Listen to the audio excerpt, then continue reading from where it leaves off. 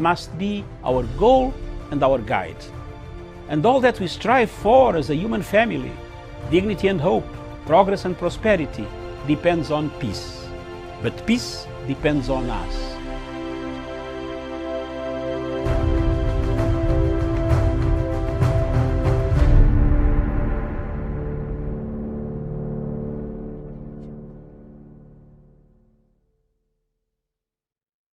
Very good afternoon to you, and thank you so much for joining us. Just a few minutes past 3 p.m. here in Nairobi. The show is Diaspora Dispatches, where we get a look at the news making headlines across the continent. My name is Miriam Ogutu, and indeed a very warm welcome to you. And just a reminder, earlier about 2 hours ago, or I think about an hour ago, we have finished a very exciting conversation there around Zimbabwe and its land reforms, and we had a divergence of views. So that show is still there on our timeline. You might want to go and check out if that is something that you will be interested in, if you want to know what's really happening there in regards to Zimbabwe's land reforms. All right, so let's just get into the other news making headlines across the continent, and we start with Cameroon. And of course, multiple reports indicate that tear gas has been fired at people taking part in opposition protests in Cameroon's biggest city there, Douala.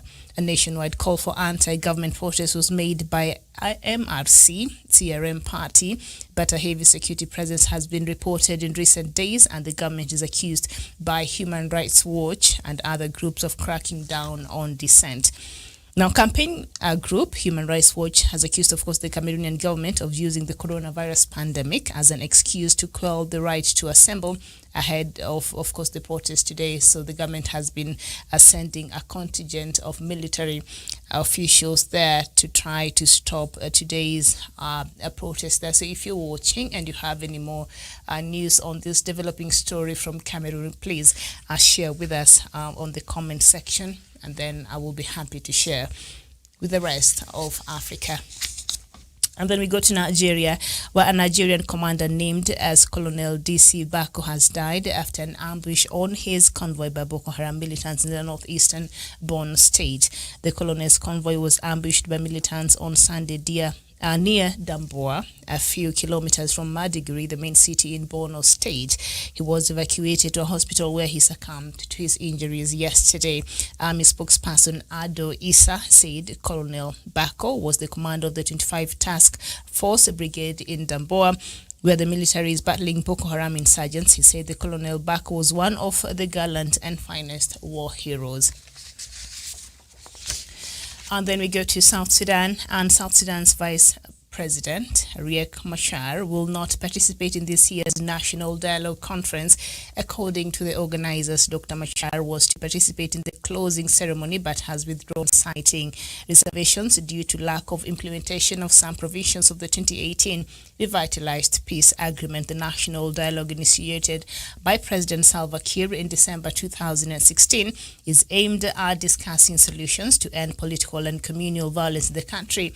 It also seeks to find ways of addressing the fear of political domination by some ethnic groups and dissolve resource sharing among all groups. Now, the co-chair of the conference, Angelo Beda, told the national broadcast on Monday that Mr. Machar's absence poses a real challenge that makes it difficult to achieve the objectives of the national dialogue.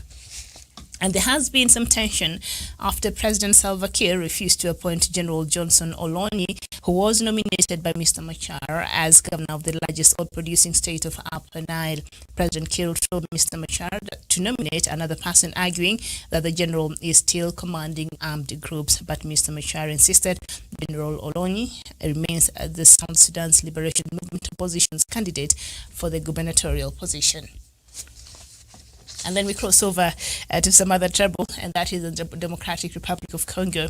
And the DRC's President Felix Tshisekedi held a rare meeting with his predecessor Joseph Kabila amid tension in their coalition. The two leaders discussed the progress of the coalition.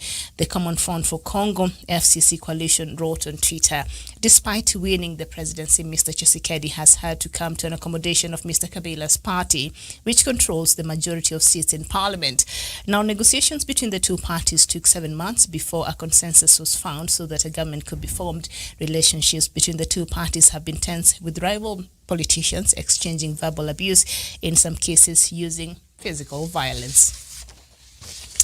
Democracy in Africa is something quite interesting there. It comes in many facets, but do we say? And then we cross over to Libya, where the European Union has imposed sanctions on 3 companies for violating the United Nations arms embargo in Libya. A meeting of EU foreign ministers in Brussels resolved that the sanctions imposed include an asset freeze for the 3 companies. 2 individuals who are also sanctions for human rights abuses in Libya. Now the 3 companies are from Turkey, Kazakhstan, Jordan, respectively, the AFP news agency has reported. A United Nations report seen earlier this month accused Russia, Turkey, and the United Arab Emirates and other states of blatantly defying the international arms embargo on Libya. And then we go to Mali. And the latest is that the head of the National Committee for the Salvation of the People, Colonel Assimi Goita, issued a national televised announcement pronouncing Ba Ndo, previously the Minister of Defense, as the Malian transitional president appointed by a committee set up by the junta in power since ousting in a coup d'etat ex-President Ibrahim Boubacar Keïta on August the 18th. Now, the new president is expected to serve as head of state for several months before a return of civilians to power. And the colonel has been designated a transitional vice president, with the ceremony to swear in both officials scheduled for Friday, September 25th. This comes in light of weeks-long tension in Mali over the civilian or military nature of the transition and pressure from the Community of West African States, ECOWAS, for a swift transition to civilian power. And then we come back to Ethiopia, where Ethiopian opposition leader Jawar Mohammed and 22 others appeared in court on Monday to face charges of terrorism and other crimes. Jawar, a media mogul and outspoken critic of Prime Minister Abiy Ahmed, was arrested in June following the killing of popular singer Hachalu Hundessa, a champion of the Oromo ethnic people. Political analysts say the charges are likely to raise tensions in Oromia, Ethiopia's largest and most populous region. In November last year, Jawar, who runs a television channel, the Oromia Media Network, met with Prime Minister Abiy Ahmed in hopes of convincing him to revise nationalist agenda and favor more political autonomy for Ethiopia's diverse collection of regions, including Oromia. And then we go back to Cameroon. And Cameroon, this is quite oxymoronic, but just listen with me and then we can talk after I'm done. Cameroon is sending hundreds of troops and police to the Central African Republic to protect civilians. Cameroonian army is going to protect civilians to Central African Republic and build peace ahead of December elections. All right. Now, the troops under the United Nations Multidimensional Integrated Stabilization Mission finished training this week in the border village of Montchemboun. Cameroon's Defense Minister Joseph Betty Asomo says the troops would foster peace by protecting civilians, election staff, their materials, international observers, and refugees returning to the Central African Republic. Years of political instability and fighting between armed groups have displaced nearly a quarter of the Central African Republic's people. All right, so are we together until there? Cameroon is going to do a fantastic job there at the Central African Republic. Meanwhile, four Cameroonian soldiers have been sentenced to 10 years for their role in shooting dead two women and 2 children in 2015. The killings were captured on a video that circulated in 2018, which showed the victims being hooded and shot. The government initially dismissed the footage as fake news, but later arrested 7 soldiers. An investigation by the BBC Africa Eye showed the incident happened in a village in the north of Cameroon. It also identified 3 of the soldiers who pulled the trigger. So the same Cameroon soldiers who were supposed to go to Central African Republic to protect the citizens there, even as the country readies for another election. Cameroon itself is going through its own problems there. Today, as we read our first news piece there, There's supposed to be protests from the opposition who are protesting and demanding for President Paul Biya to step down because of issues that they feel should be addressed, but President Paul Biya has not been able to address the issues effectively or even attempt to do so at all. And that has to do with the Anglophone region crisis there in Cameroon and other issues. And we know that, the official opposition leader there, Maurice Kamto, who is the key organizer of this protest, has never really accepted that President Paul Biya won in the 2018 election, because he said elections there were marred with a lot of irregularities that warranted the whole election to be cancelled. And so after a few weeks and months of protest there in 2018, Professor Maurice Kamto was charged, and he was released sometimes back last year. So today they were organizing that protest. I think we've talked about that here before, sometimes back last week, and I was telling you about this protest that was supposed to take place today. And from the reports that we are receiving is that they were thwarted by tear gas and a heavy contingent of security officials there in Cameroon. So if you're watching and you're from that region, or you have the latest about what is happening there, then you can share with me and we can talk about it. So the fact that when you look at the atrocities that have been happening in Cameroon, and you see the number of times that the Cameroonian army has been accused of being the perpetrators of these atrocities against its own citizens there, and then the oxymoronic, news that now we're reading here, that the same army is now found fit to go in the Central African Republic. I think that's what really, now the army of Cameroon is part of, the army that will be going to Central African Republic to protect civilians and build peace ahead of December elections. If that army has been accused to fail to do that to its own citizens there in Cameroon, and now it's being sent to go protect the lives of citizens in another country, how oxymoronic is that? How does that even make sense? Please explain to me.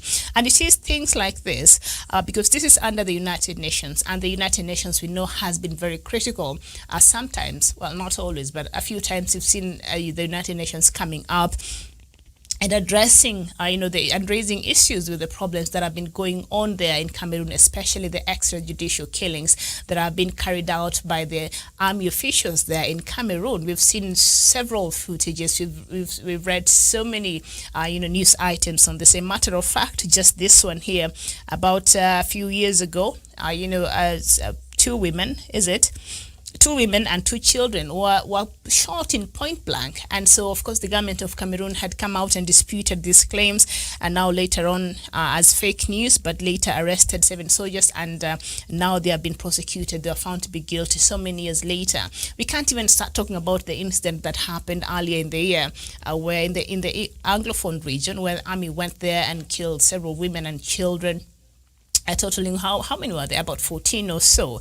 And so the army has been accused several times, too many times, by even the United Nations itself of participating and, being part of these human rights abuses and the killings and the extrajudicial killings in particular there. So for the United Nations to even think that it is okay to put the Cameroonian army to be part of, the contingent that is meant there to go and protect the civilians and build peace ahead of December elections there in Central African Republic. I'm just baffled, because even the United Nations itself has raised issues with Cameroonian army. I mean, this is something that is out there in public, record. So I think this is when Paul Biya sees things like this, I think it continues to legitimize a lot of things that happen there in Cameroon, and nobody's holding him and his military accountable for the atrocities that happen there,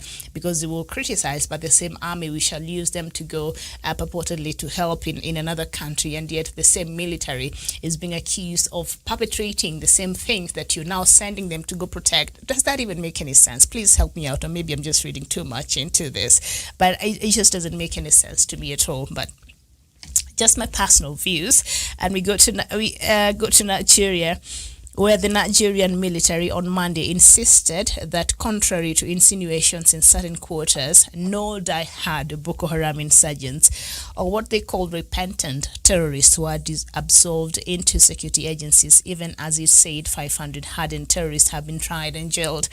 Speaking at a one-day capacity-building workshop organized by the Center for Democracy and Development for National Orientation Agency and community leaders on peace building and reconciliation, the coordinator, Operation Safe Corridor, Major General Bamidele Shafa, noted that till date, not fewer than 500 members of the Boko Haram terrorists have been so far tried and sentenced by various jail terms by federal government. And I think when we talk here during this show, I think a lot of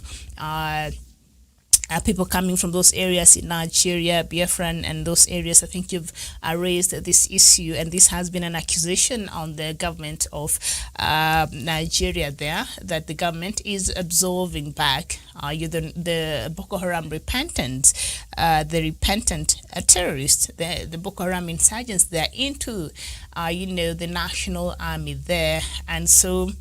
Well, this person who is mandated and who is the coordinator of Operation Safe Corridor has come out and said it's not true. They have not absorbed hardcore. No, they don't have any die-hard. So how do you know?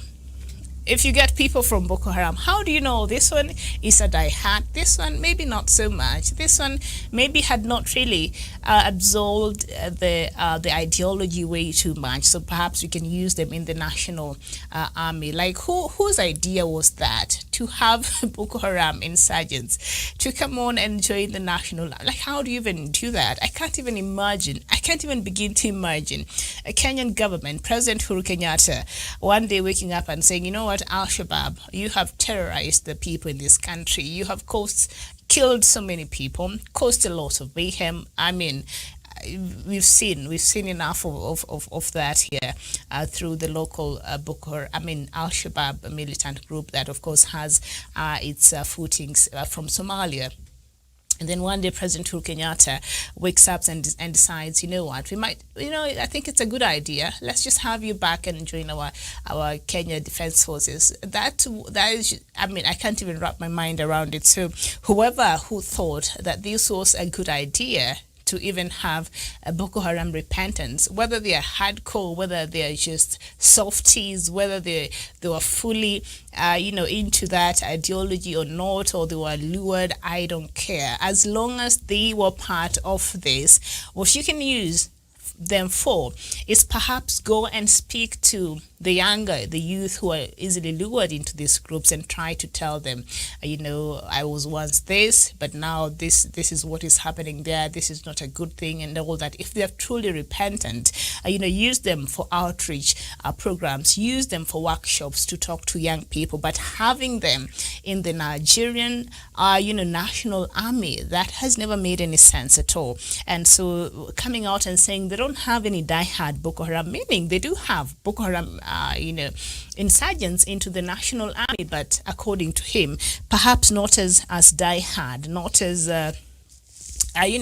they're not gotten to the levels of suicide bombing. I don't know what he means by that, but Boko Haram is a Boko Haram, and I'm sure there are cases where a lot of young people found themselves in this in these groups, insurgent groups, in ways because they have a way of luring young people who a lot of times are in a state of despondency with the issue of joblessness and corruption and all that in the continent, and the feeling that perhaps the young people's voices is not being heard so much and is not represented in the places where policymakers are seated. So you find a lot of young people quite disillusioned.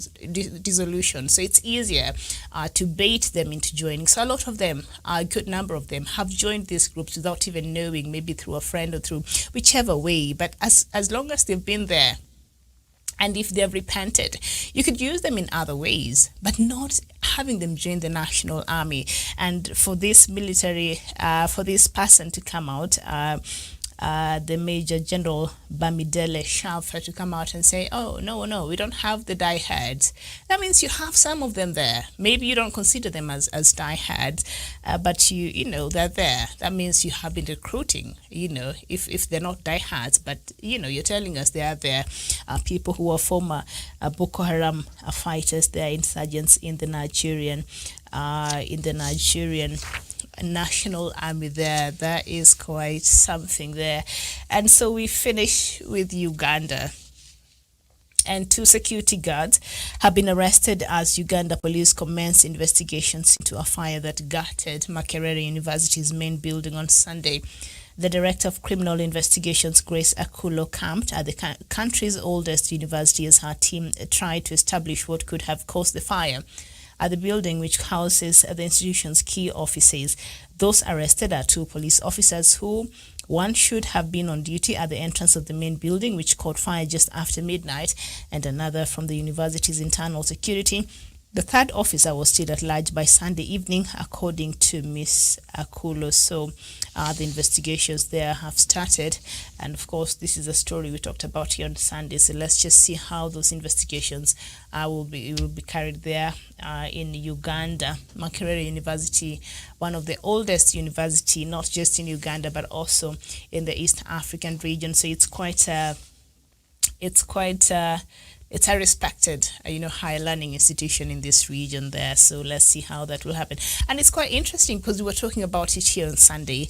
And when you hear the offices that got banned, the Office of Finance, Auditor and Finance, the Office of Public Relations and Communications, and the Office of the Human Resource, when you sit down and look at what these offices handle and what they deal with and all that, maybe you might start, reading too much into it. So let's just leave that alone. All right, so let's let the investigations there in Uganda continue, and then we will update you as we continue to receive that news. So this news from South Sudan, and South Sudan's Vice President Riek Machar said that he will not be participating in this year's National Dialogue Conference. That is according to the organizers. And Dr. Riek Machar was to participate in the closing ceremony, but has withdrawn, citing reservations due to lack of implementation of some provisions of the 2018 Revitalized Peace Agreement. Okay, so this is a story that we talk about here almost every day. If you watch this show and you are a fan of Africa television and you watch us on a regular, then you know South Sudan happens to be on our menu, or whether we like it or not, and for good reasons. Sometimes not quite, sometimes because of the things that we have to talk about and issues that we have to highlight. All right, so now this deal in South Sudan, we've said it time and time again. First of all, even the way it was designed, it was faulty from the start. The foundations of this peace deal, the revitalized peace deal, was just faulty from the start. And so it has pitted the competing sides, always putting them at a loggerheads all the time. So what I really don't understand is Dr. Riek Machar, who is the first vice president. As we all know, South Sudan has an obsession with number of leaders they have. So, being the country that it is, they decided one vice president is not enough. So they have 5, all right? And so many other members of parliament. I think if we were to do the revised, that was in the part of the revitalized peace agreement, they should be having like over 500 members of parliament. But that aside, Riek Machar, who is the key stakeholder in this revitalized peace deal, is now coming out and saying he will not be part of the National Dialogue Conference, because he's saying that he has reservations due to lack of implementation of some provisions of 2018 Revitalized Peace Agreement.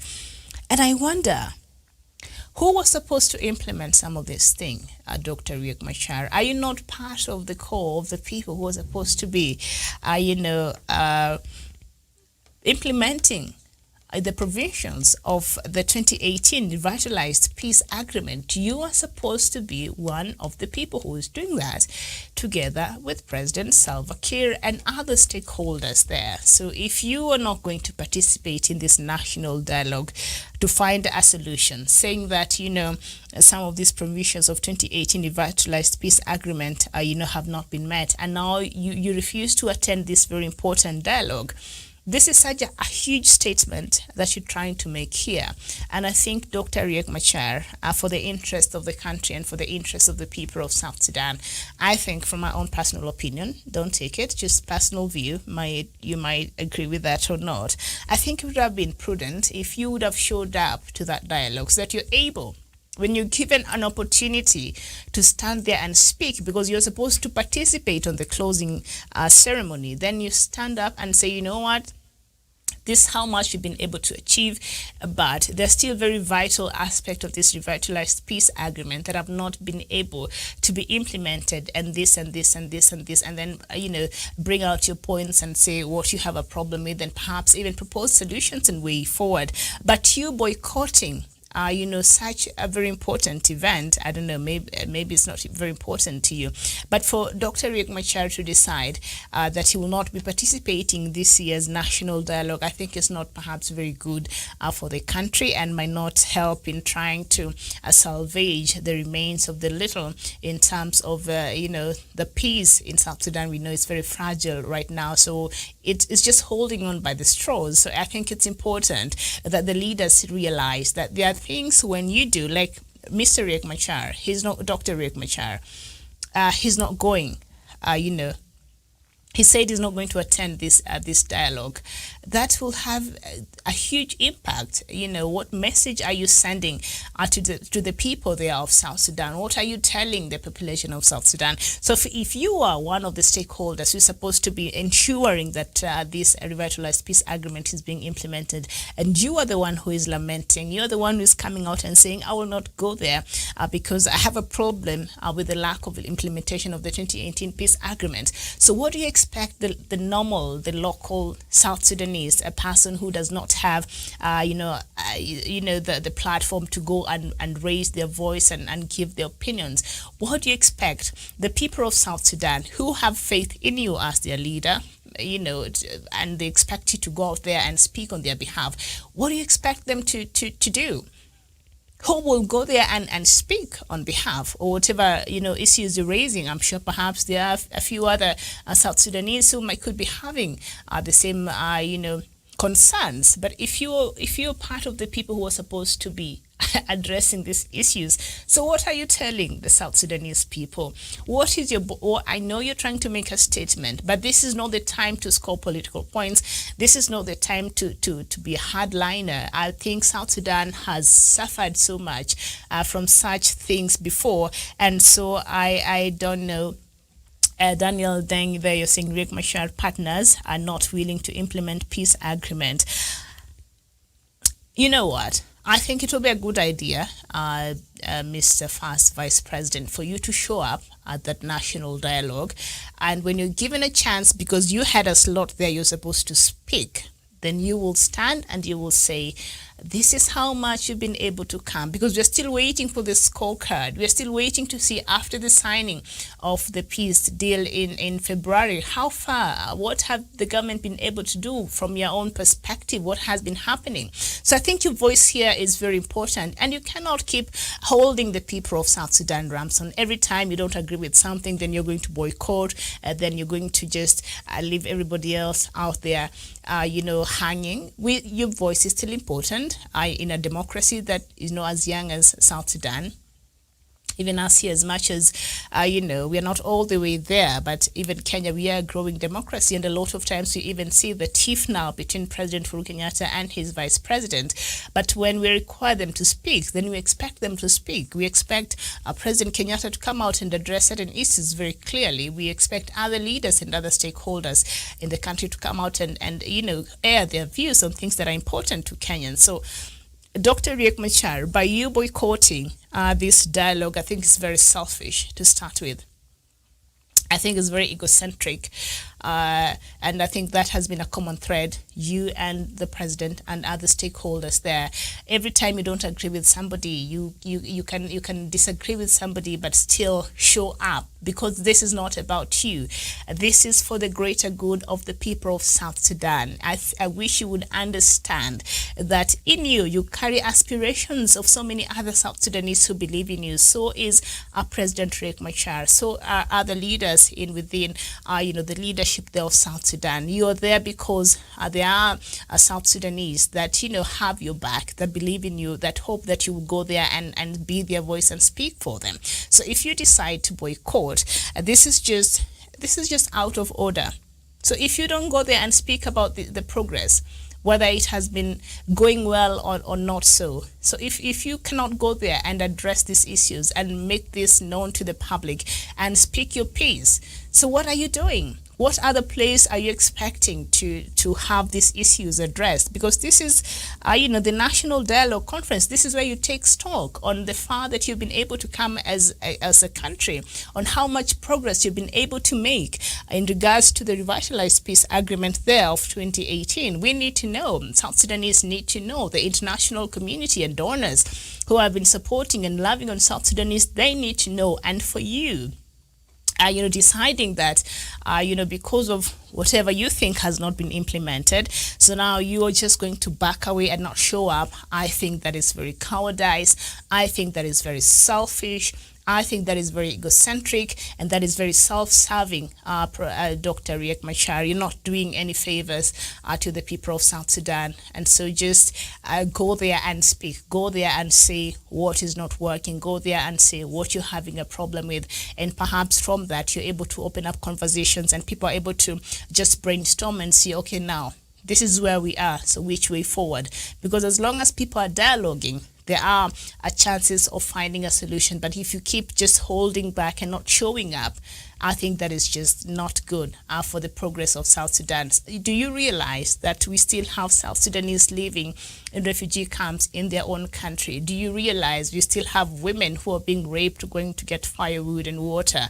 Do you still realize we still have children there stuck, in the refugee camps, and right now they're flooding there in South Sudan. So their problems just keeps compounding. And now you're just not going to show up for a national dialogue because what? Some provisions of 2018 revitalized peace agreements have not been met. Yes, it is a concern, but that is the right place for you to go and raise your concerns and have them addressed appropriately when everybody's on the table.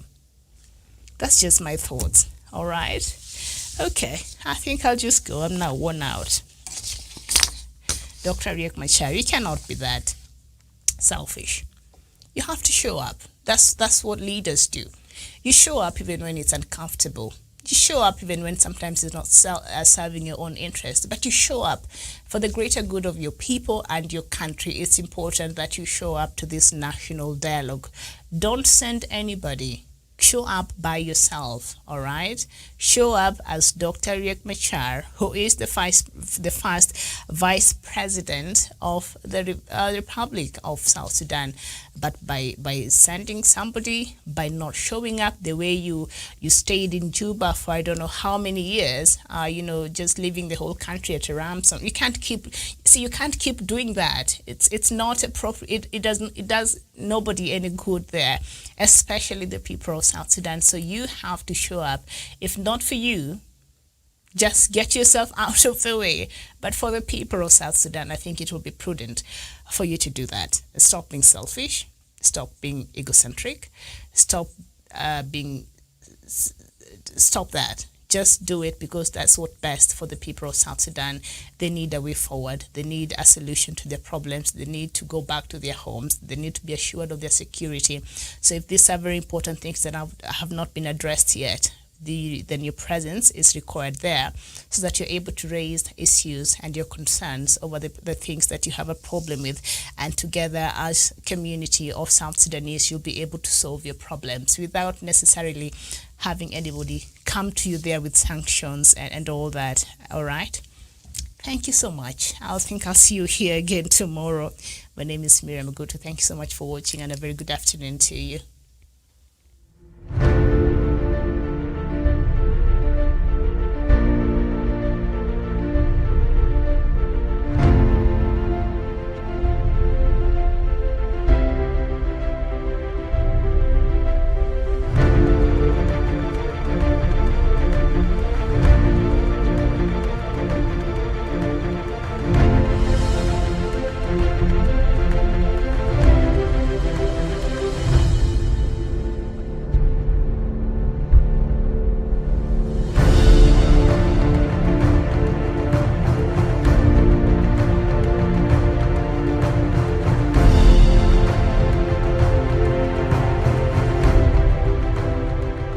peace must be our goal and our guide. And all that we strive for as a human family, dignity and hope, progress and prosperity, depends on peace. But peace depends on us.